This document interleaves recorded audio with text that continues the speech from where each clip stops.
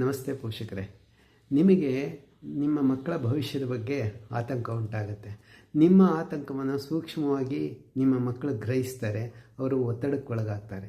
ಹಾಗಾಗಿ ಅಂಥ ಸಂದರ್ಭದಲ್ಲಿ ಅವರ ಸಾಧನೆ ಕಡಿಮೆ ಆಗುತ್ತೆ, ಅವರು ಹೆಚ್ಚು ಅಂಕಗಳನ್ನು ಪಡೀಲಿಕ್ಕೆ ಸಾಧ್ಯ ಆಗಲ್ಲ. ತುಂಬ ಸ್ಪಷ್ಟವಾಗಿ ಹೇಳಬೇಕು ಅಂದರೆ, ನಾನು ಸಾವಿರಾರು ವಿದ್ಯಾರ್ಥಿಗಳನ್ನು ನೋಡಿದ್ದೇನೆ. ಅವರಲ್ಲಿ ಸಾಮರ್ಥ್ಯ ಇತ್ತು, ಹೆಚ್ಚು ಅಂಕಗಳನ್ನು ತಗೊಳ್ತಾರೆ ಅಂತ ನಾನು ಭಾವಿಸಿದ್ದೆ. ಆದರೆ ಪೋಷಕರ ಆತಂಕದಿಂದ ಅವರು ಒತ್ತಡಕ್ಕೆ ಒಳಗಾಗಿ ಕಡಿಮೆ ಅಂಕಗಳನ್ನು ತಗೊಂಡಿರೋದು ನೋಡಿದ್ದೇನೆ.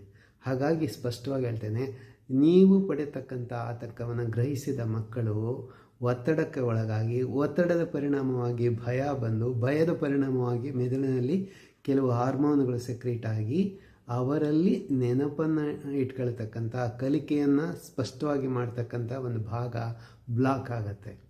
ಹಾಗಾಗಿ ನೀವು ನಿಜವಾಗ್ಲೂ ಸ್ಪಷ್ಟವಾಗಿ ತಿಳ್ಕೋಬೇಕು, ನಿಮ್ಮ ಮಕ್ಕಳು ಅಂಕಗಳನ್ನು ಪಡೆಯೋದು ಏಕಮಾತ್ರ ಉದ್ದೇಶವಾಗಿರಬಾರ್ದು.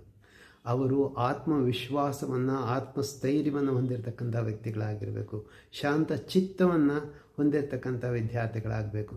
ಹಾಗಾಗಿ ನೀವು ಆತಂಕವನ್ನು ಬಿಟ್ಟು ನಿಮ್ಮ ಮಕ್ಕಳಲ್ಲಿ ನಂಬಿಕೆ, ಆತ್ಮವಿಶ್ವಾಸ ಮತ್ತು ಪ್ರೋತ್ಸಾಹ ಕೊಡ್ತಕ್ಕಂಥ ದೃಷ್ಟಿಯನ್ನು ಬೆಳೆಸ್ಕೋಬೇಕು. ಹಾಗೆ ಬೆಳೆಸ್ಕೊಂಡಾಗ ಮಕ್ಕಳು ಶಾಂತಚಿತ್ತತೆಯಿಂದ ಅಧ್ಯಯನ ಮಾಡಿ ಮತ್ತು ಅಧ್ಯಯನ ಮಾಡಿದಂಥ ವಿಷಯವನ್ನು ಸ್ಪಷ್ಟವಾಗಿ ನೆನಪಲ್ಲಿ ಇಟ್ಕೊಳ್ಳಲಿಕ್ಕೆ ಸಾಧ್ಯ ಆಗಿ ಪರೀಕ್ಷೆಯಲ್ಲಿ ಉತ್ತಮವಾದ ಸಾಧನೆ, ಶ್ರೇಷ್ಠವಾದ ಸಾಧನೆ ಮಾಡಲಿಕ್ಕೆ ಸಾಧ್ಯ ಆಗುತ್ತೆ. ಹಾಗಾಗಿ ಶಾಂತಚಿತ್ತದ ಪೋಷಕರು ನಿಜವಾದ ಪೋಷಕರು. ಅದಂದರೆ ಮಕ್ಕಳಿಗೆ ಪ್ರೋತ್ಸಾಹ ಕೊಡ್ತಾರೆ. ಯಾವ ರೀತಿ ಇರ್ಬೋದು? ಒಂದು ವೇಳೆ ಕಡಿಮೆ ಅಂಕಗಳನ್ನು ತಗೊಂಡು ಬಂದಿದ್ದರೆ ನಿಮ್ಮ ಮಗ ಅಥವಾ ಮಗಳು, ನೀವು ಯಾಕೆ ಮಾರ್ಕ್ಸ್ ಕಡಿಮೆ ಆಯಿತು ಅಂತ ಸಿಟ್ಟು ಮಾಡ್ಕೊಂಡು ಕೇಳೋ ಬದಲು ಶಾಂತಚಿತ್ತದಿಂದ ನಾನು ಯಾವ ರೀತಿ ನಿನಗೆ ಸಹಾಯ ಮಾಡಬೇಕು ಅನ್ನೋ ಒಂದು ಮಾತನ್ನು ಹೇಳಿ. ಅದೊಂದರಿಂದಲೇ ಮಕ್ಕಳಲ್ಲಿ ಆತ್ಮವಿಶ್ವಾಸ ಹೆಚ್ಚಾಗಿ ಮುಂದಿನ ಪರೀಕ್ಷೆಗಳಲ್ಲಿ ಹೆಚ್ಚು ಅಂಕಗಳನ್ನು ತಗೊಳ್ಳಿಕ್ಕೆ ಬೇಕಾದಂಥ ಸಿದ್ಧತೆಯನ್ನು ಮಾಡ್ಕೊಳ್ತಾರೆ.